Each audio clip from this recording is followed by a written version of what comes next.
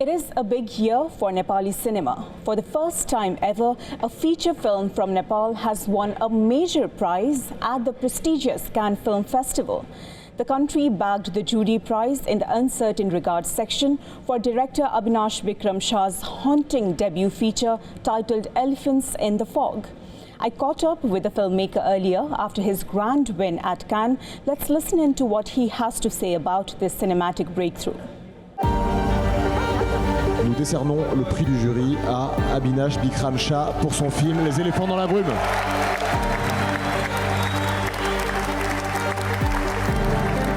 Welcome to WION The World is One, Abinash. It's a proud moment. Your film was the only South Asian title in the Cannes Film Festival lineup this year. Did you feel that responsibility coming in with representing not just Nepal, but an entire region, the South Asian region, on a stage like Cannes? Yeah, actually it felt both like an honor and also some kind of weight. You know, the global industry is already familiar with Indian films like both Bollywood and independent cinema. And because of that, when you are the, lone representative of the rest of the region, our region, there is a temptation for the world to, compare your work to the Indian cinema, rather than viewing it as a singular, piece of cinema or Nepali cinema. So my responsibility was to resist that, not to compromise on our specific, local grammar, language, and geography, that just to make it easily, digestible for Western audience.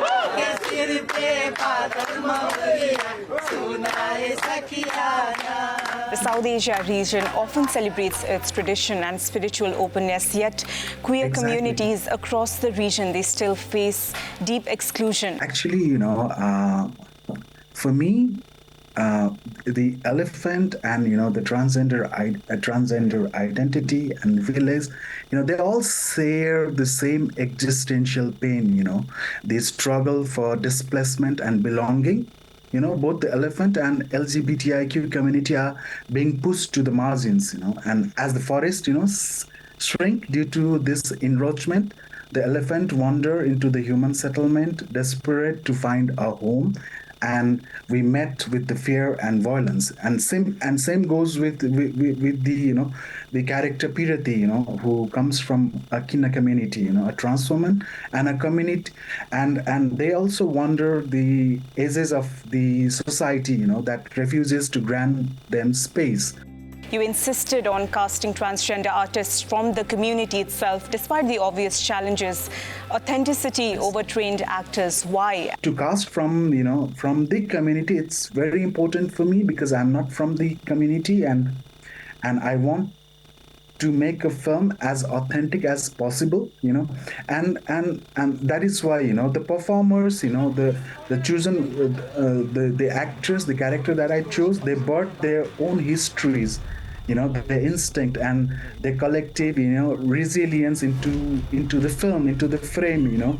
When the camera look into their eyes, it isn't actually capturing their performance. It's capturing